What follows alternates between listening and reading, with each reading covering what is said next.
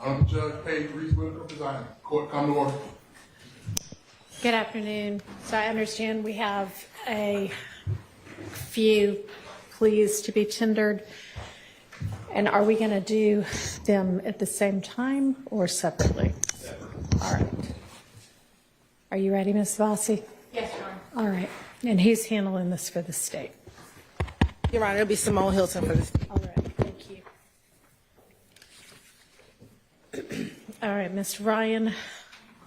Yeah, come up to the podium, and then Sergeant Ingram, can you swear Mr. Ryan in?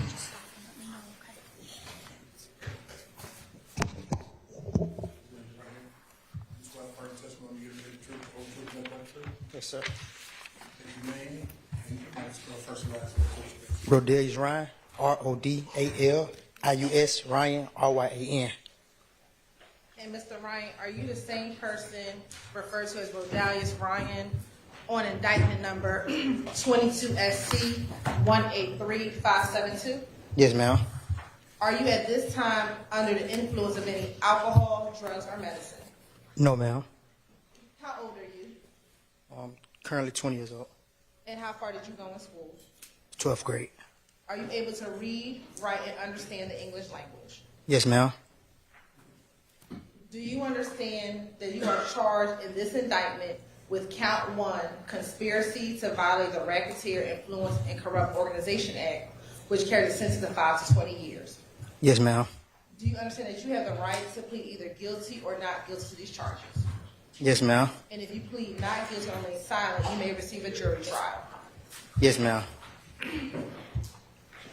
Have you had an opportunity to go over this plea of guilty and waiver of rights form with your attorney? Yes, ma'am. And have you and your attorney both reviewed it and you signed this document? Yes, ma'am. That's my signature. That's your signature? Yes, ma'am.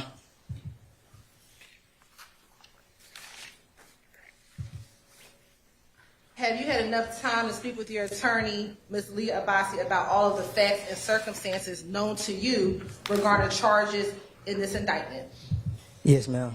Have you been able to speak with her about any potential defenses? Yes, ma'am. Do you need any more time to discuss this case with your attorney? No. Are you satisfied with her counsel and representation? Yes, ma'am. You also had another attorney, Ms. Angela D. Williams. Are you satisfied with her counsel and representation? Yes, ma'am. Do you waive formal reading of the indictment? Yes, ma'am. And do you waive any defects, if any, with respect to the indictment? No, ma'am. Could you repeat that for me? Sure. Do you waive any and all defects in the indictment? Yes. And have you been arrested on these charges, specifically count 1, the conspiracy to violate the Racketeer, Influence, and Corrupt Organizations Act? He was already in custody, so he was not taken into custody for these charges. However, he was booked for the charges in the Fulton County Jail. And he was served with the arrest warrants on this? Yes. Has Ms. Abbasi advised you of the minimum and maximum sentence for the charge that you are pleading to? Yes, ma'am. Do you understand this is a negotiated plea of guilty, which means that the state will recommend to the court a sentence of 10 years to serve, commuted to the time you have served in this case? Do you understand that? Yes, ma'am. And do you understand that this sentence should run concurrently with the sentence that you are already serving for 19 SC 168236? Do you understand that? Yes, ma'am. Do you understand that the court does not have to accept this recommendation? Yes, ma'am. And the court can sentence you to the maximum on this charge? I understand.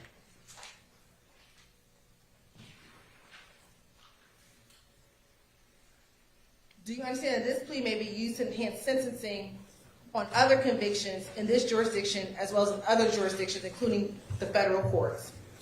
Yes, ma'am.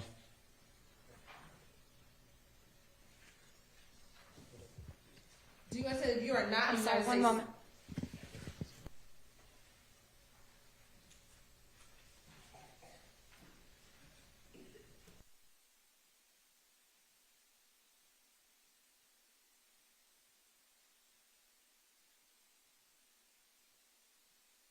Please repeat the question.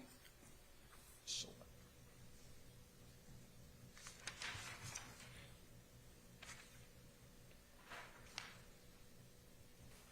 understand that the enhancing convictions- sentence, that one, the one on enhancing sentence. Yes, I just needed to explain a bit more what that means. Do you understand that this plea may be used to enhance sentencing on other convictions in this jurisdiction as well as in other jurisdictions, including the federal courts? Yes, ma'am. Do you understand that if you are not a United States citizen, a guilty plea conviction will affect your immigration status and will result in deportation, just like a conviction at a trial would, and that this is true regardless of any advice by your attorney or anyone else? Yes, ma'am. Do you understand that there may be other adverse or unfavorable consequences as a result of this guilty plea conviction, just as there would be from a conviction following a trial? For example, your guilty plea may affect your right to vote, your right to hold public office, your right to serve on a jury, your right to obtain a passport, your right to receive, possess, and transport a firearm, or the ability to obtain employment. Do you understand that? Yes, ma'am. Do you understand that by pleading guilty to a felony, if you use, receive, possess, or transport a firearm, or use a firearm in a crime, you will be guilty of a felony, which may carry a sentence of 1 to 15 years. Yes, ma'am. Do you understand that you waive any and all defenses, including any mental health defenses, by entering a plea of guilty? Yes, ma'am. Do you understand if you went to trial, you have the right to a trial by jury, the right to see, hear, and confront witnesses called to testify against you, and the right to testify to remain silent and not incriminate yourself? Yes, ma'am. Do you understand that by pleading guilty, you are giving up the following rights? And after I say each right, I'll ask you to respond, okay? The right to trial by jury, Yes. the right to remain silent and not incriminate yourself, Yes. the right to confront witnesses against you, Yes. the right to assist of counsel hired by you or to court-appointed counsel if you cannot afford an attorney at the trial of your case, Yes. the right to the presumption of innocence, Yes. the right to testify on your own behalf and to present other evidence, Yes, ma'am. the right to subpoena witnesses and compel the production of evidence, Yes, ma'am. the right to have the charges against you proved beyond a reasonable doubt, Yes. and the right to appeal if convicted of these charges at the trial. Yes. Has anyone forced, threatened, or promised you anything to get you to enter a guilty plea? No, ma'am. With respect to indictment 22 SC 183572, how do you plead to count 1, conspiracy to violate the Racketeer Influence and Corrupt Organizations Act? Guilty. Is this guilty plea freely and voluntarily given with a full knowledge of the charges against you? Yes, ma'am. Do you understand that you may have only a limited right to appeal this guilty plea conviction? Yes, ma'am. Do you understand that you have 4 years from today's date to file a habeas corpus petition challenging the voluntariness and constitutionality of this guilty plea? Yes, ma'am. Do you also understand that you have 30 days in which to appeal your conviction based on your plea today? Yes, ma'am. And do you also understand that you have until the end of this term of court to file a motion seeking to withdraw your guilty plea? Yes, ma'am. Your Honor, if this case were to proceed and continue with trial, Your Honor, evidence has shown and will further show that Mr. Ryan conspired with others to participate in the Young Slime Life gang through a pattern of racketeering activity, and multiple defendants and unindicted co-conspirators have committed overt acts to further this conspiracy, including drug sales, aggravated assault, and murder, also including social media posts asserting the violent nature and dominance of Young Slime Life, aka YSL. Your Honor, the court has been present for evidence regarding the February 23rd, 2019 homicide of Mr. Jamari Holmes, in which Mr. Ryan and YSL co-conspirator, Damon Blaylock, lured both Jamari Holmes, Bernard Mitchell, and Rodney Uten to an apartment at 50 Mount Zion Road, which is in the Cleveland Avenue area. The evidence came out that during the course of that incident, that Mr. Ryan, along with Mr. Blaylock, emerged from the apartment complex, shooting at the vehicle which Mr. Holmes, Mr. Uten, and Mr. Mitchell were in, shooting Mr. Holmes in the head.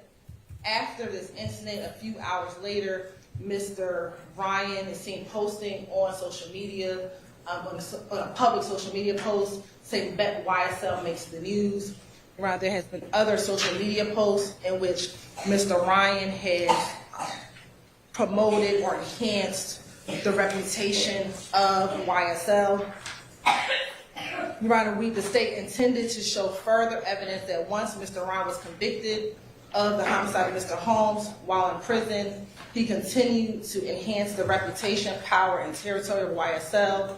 Specifically, when YSL co-conspirator and co-defendant Christian Eppinger was given a bond for shooting at an Atlanta police officer, Mr. Ryan, while on a contraband phone in prison, posted on his social media accounts. He flashed the YSL sign and stated, "We're coming to get you. YSL shit, free my N-word brisk, F the DA, the gangway, we catching bonds on this shit." Your Honor, this is the evidence that the state would have intended to show if we would have continued with trial. Given the current status, Your Honor, we've made an offer to Mr. Ryan for this commuted to time served offers from concurrent with his current conviction, Your Honor. And I can approach with the documentation. You may.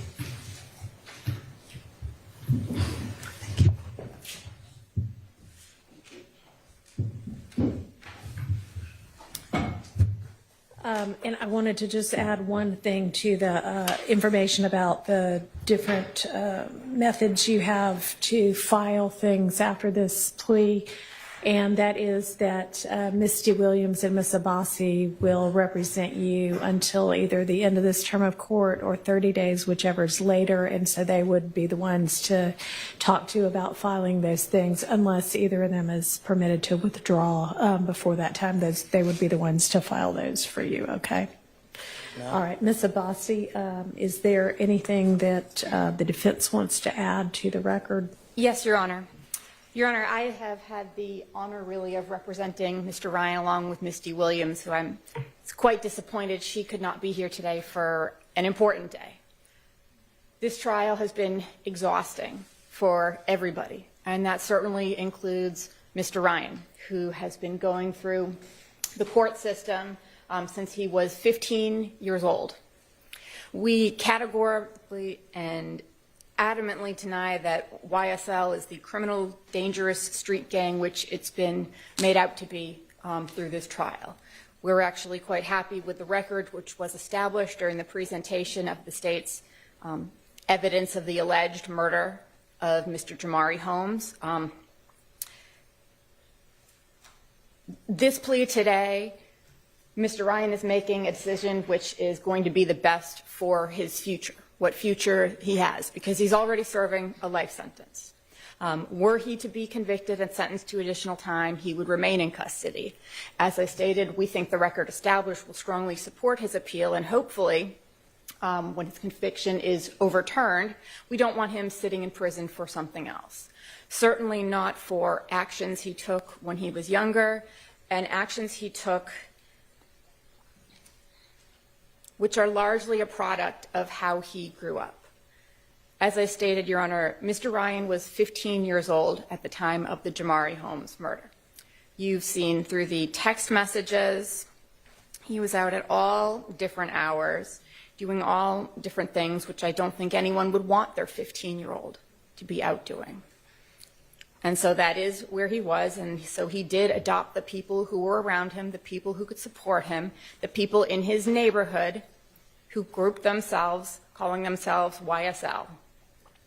Mr. Ryan at no point was trying to advance a criminal street gang and their interests.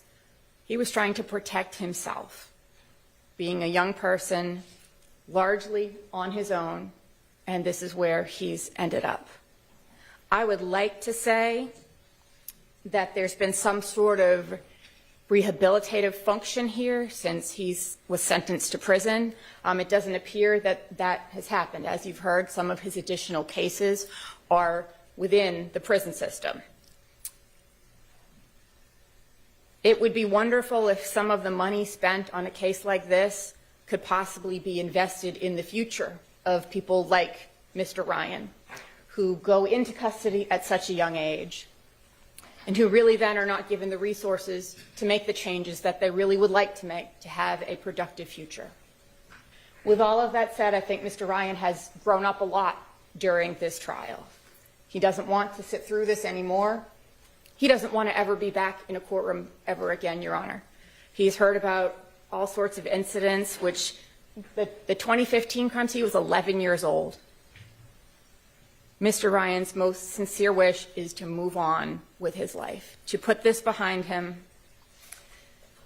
And we thank the court for the opportunity to resolve the case in this way and not drag it out any further than it has been. All right. I just would like to thank the court, Judge. All right, thank you. And Mr. Ryan, I just want to make sure that you understand that this is ultimately, the decision is yours to make, not your attorneys, and I appreciate that both Ms. Abbasi and Misty Williams have been available and giving you legal advice and guidance, but it's ultimately your decision. Do you understand that? Yes, ma'am. All right, and do you in fact want to plead guilty?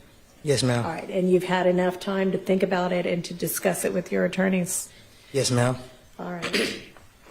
And Ms. Abbasi, have you and or Mr. Williams talked to Mr. Ryan about the benefits and drawbacks of all of his different options? Yes, Your Honor. All right. All right. I find that there is a factual basis for the guilty plea to count one, the conspiracy to violate the RICO Act.